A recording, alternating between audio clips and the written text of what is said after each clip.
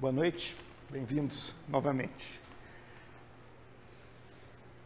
Hoje, então, dando continuidade aos mecanismos da mediunidade, vamos ter como base os capítulos 8, 13, 14, 17, 18 e 20 do livro Mecanismos da Mediunidade, que trata de hipnose e efeitos intelectuais.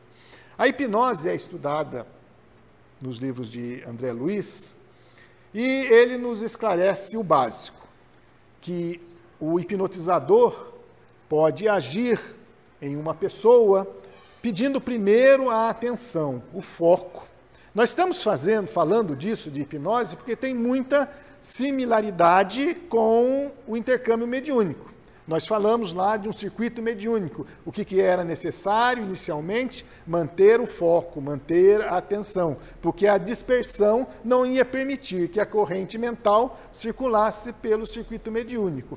Então, no caso da hipnose, funciona de forma parecida, porque o hipnotizador vai pedir, né, que a pessoa ou aquele grupo de pessoas que vai ser hipnotizada, né, que mantenham a sua atenção no que ele vai falar, né, tenha foco naquilo que ele vai dizer, e normalmente ele tem as técnicas de falar de forma pausada, devagar.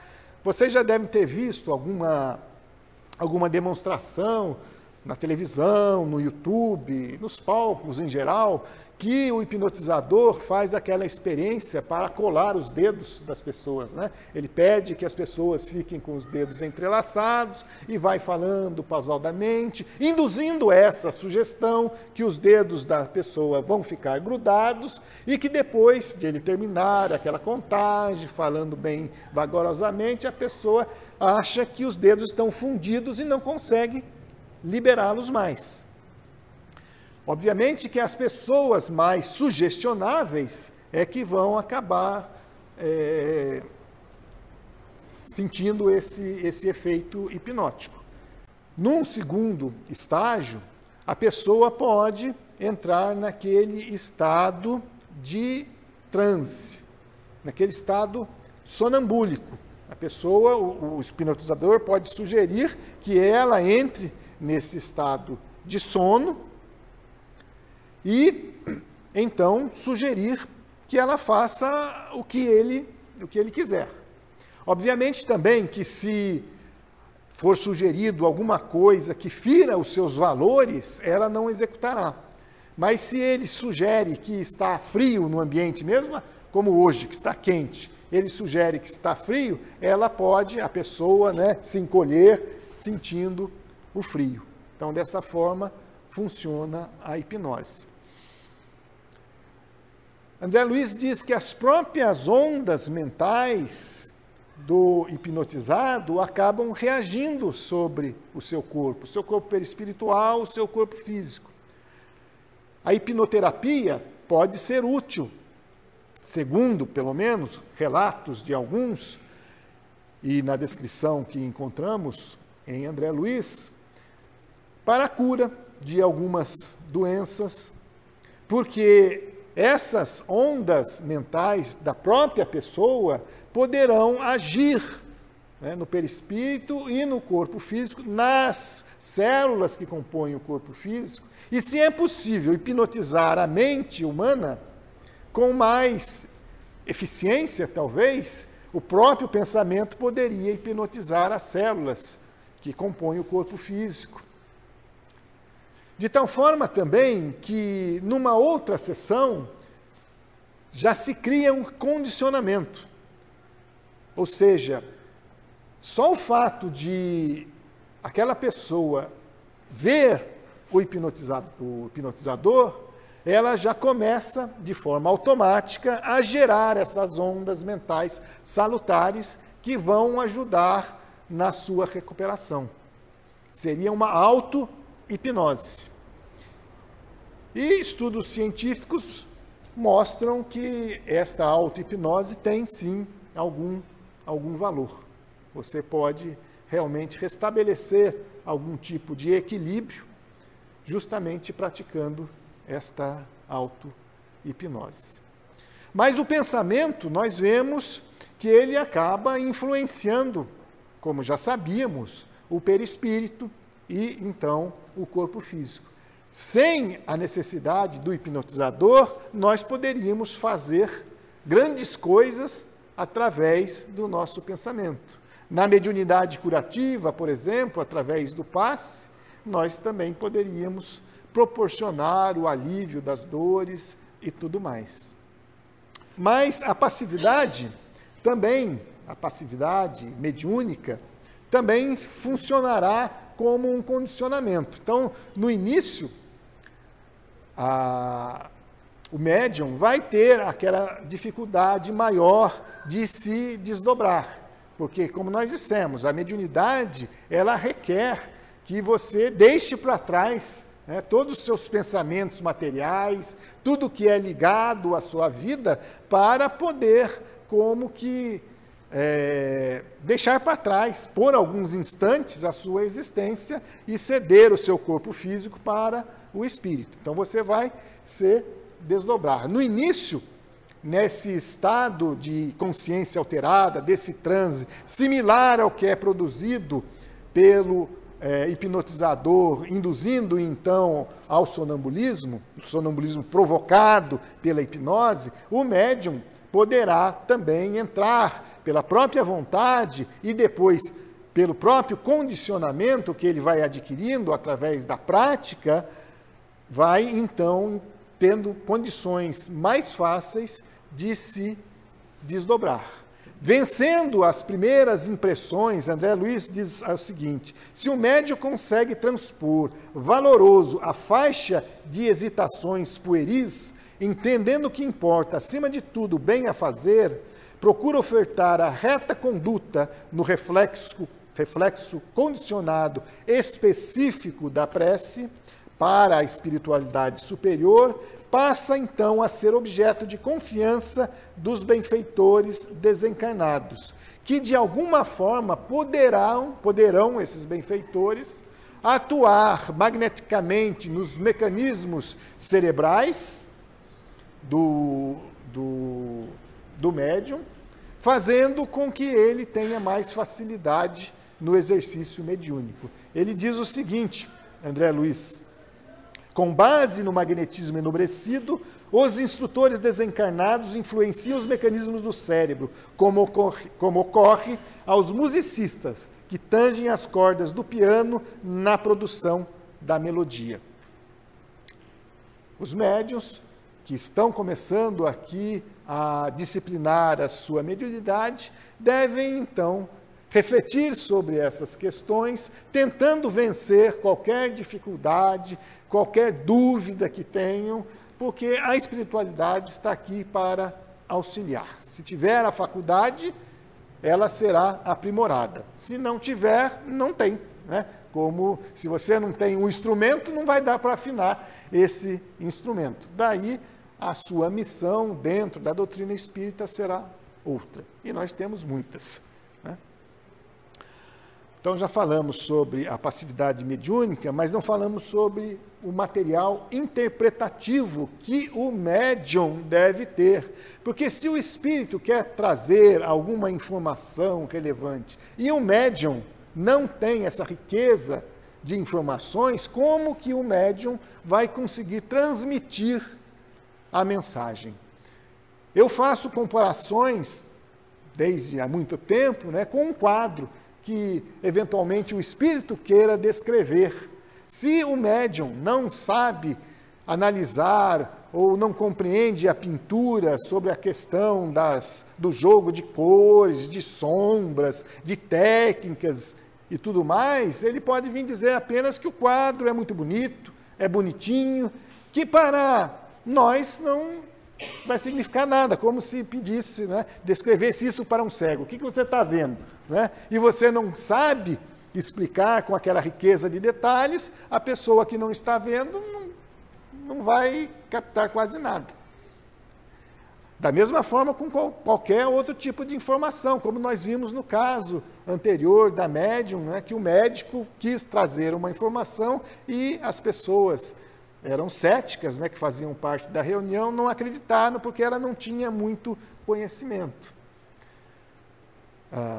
Por isso é sempre importante que nós estudemos. E, finalmente, temos aqui um pouco sobre psicometria. Psicometria disse que é a capacidade que tem alguns objetos de guardar as vibrações mentais, né? Se você está pensando muito em alguma coisa, aquela coisa pode ficar impregnada dos seus pensamentos. Essa é a definição. Mas nós acreditamos mais quando, por exemplo, você tem alguma pessoa que está perdida e você entrega uma roupa daquela pessoa que está perdida para um médium, ele diz que está naquele lugar, que na verdade foi a espiritualidade que acabou auxiliando. Eu não tenho muitas informações, eu não tenho muitas evidências da psicometria, então não tenho condições também de me alongar com respeito a isso. Clarividência e clareaudiência, vocês sabem, né? A capacidade de ver, de escutar coisas que estão além aqui do recinto em que você está. Isso acontece devido à mediunidade sonambúlica. A pessoa, o médium se desdobra, vai até outros lugares e narra aquilo que ele está vendo, aí a clarividência, né? Ou aquilo que ele está escutando em outro lugar. A vidência e a audiência internas é como se desdobrado ou semi-desdobrado, o médium, num estado certamente de consciência alterada, ele consegue ver aqui os espíritos que estão próximos.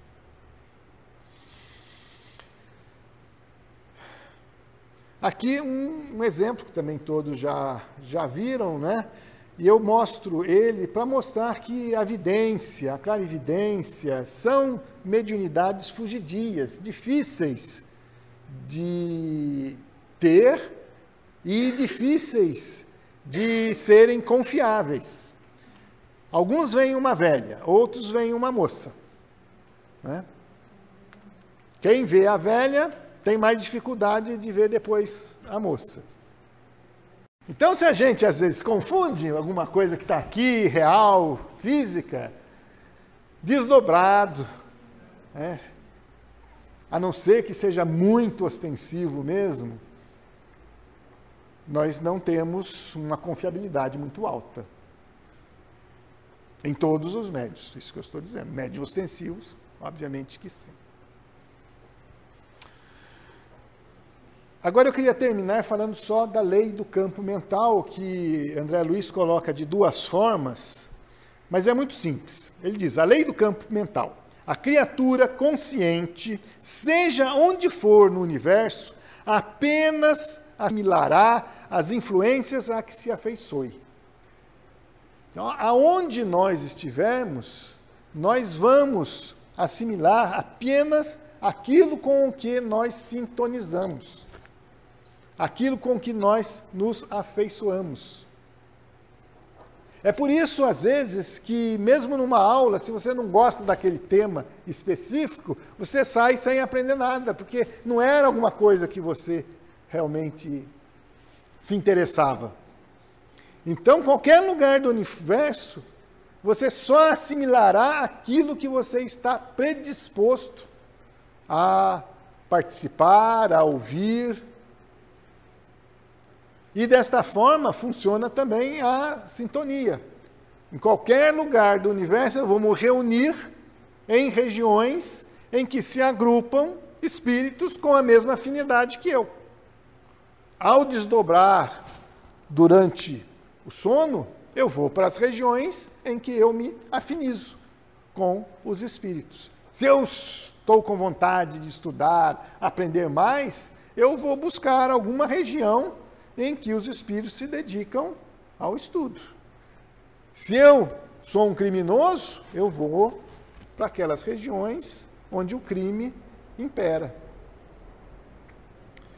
De outra forma, o espírito só logrará chegar do ponto de vista da compreensão necessária até onde se lhe paire o discernimento. Além disso, ele não consegue ir além.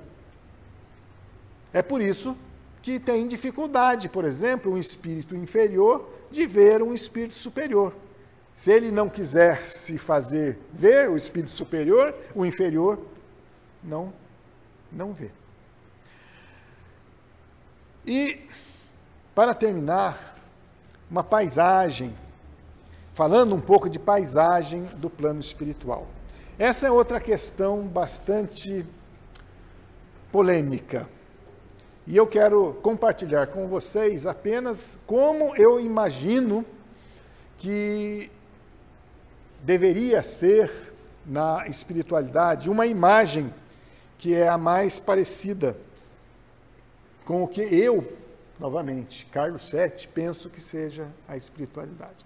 Esse filme, Amor Além da Vida, a primeira vez que eu assisti, eu achei muito surreal, muito fantasioso. Não deve ser assim as paisagens do plano espiritual. Vocês se lembram que inicialmente ele está num quadro, né, cheio de tintas para lá e para cá. Nós não precisamos, ao desencarnar, daquilo que nós precisamos aqui no mundo físico. Nós não precisamos nos alimentar. Nós não precisamos respirar da forma como nós respiramos aqui na Terra. Nós não nos reproduzimos no plano espiritual, apesar de algumas obras, infelizmente, propagarem esta possibilidade.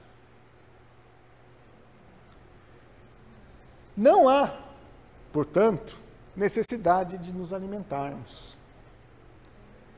Mas daí vocês dizem, mas no nosso lar, conforme André Luiz nos trouxe, pessoas se alimentam, tem fábricas de sucos e tudo mais. No meu entender, tudo está relacionado ao grau evolutivo dos espíritos, que ainda necessitam, pela sua proximidade aqui da Terra, criar algum tipo de situação parecida. Mas são apenas aparências. São apenas aparências que durarão enquanto o espírito estiver muito denso, muito ligado às coisas materiais. Ele não precisa ir no banheiro, mas ele ainda está com algum condicionamento da sua existência anterior, provocando esse tipo de sensação, mas que é apenas uma aparência. À medida que ele sublima-se, à medida que ele se torna mais consciente, ele vai prescindindo de todas essas coisas. Na dimensão espiritual, o pensamento vai agir sobre o fluido que compõe a dimensão espiritual, produzindo, então, eventualmente, um quadro, vai depender de como está o pensamento do espírito. Esse com um cachorrinho, mas é a mente do desencarnado produzindo esse efeito, não que seja um espírito ou um princípio espiritual em evolução que existe lá na dimensão espiritual. Portanto, é dessa forma que nós vemos, mas está mais relacionado aí à crença, à fé de cada um. Mas eu destaco isso para que a gente evite ter uma similaridade parecida com a das igrejas tradicionais, dizendo que se eu for certinho, eu vou para o céu. Ou para o nosso lar, é o que as pessoas dizem. Né? Se eu me conduzir corretamente, eu vou para o nosso lar. Se não, eu vou para o umbral. Qual que é a diferença de céu, inferno, nosso lar e umbral? Nenhuma. E a doutrina espírita vem mostrar que não é assim que funciona. Que o espírito consciente, ele tem o livre-arbítrio, ele escolhe as suas provas, como que ele quer passar aqui na Terra. E dependendo de como ele passar aqui na Terra, ele poderá, no plano espiritual, viver em regiões de acordo com aquele pensamento mais elevado ou menos elevado que ele teve, que ele cultivou durante toda a sua existência na Terra. Não necessariamente ele precisará passar por regiões circunscritas, temporárias, como as regiões umbralinas. Para pensar, tá bom? Obrigado, é o que nós tínhamos para a noite de hoje.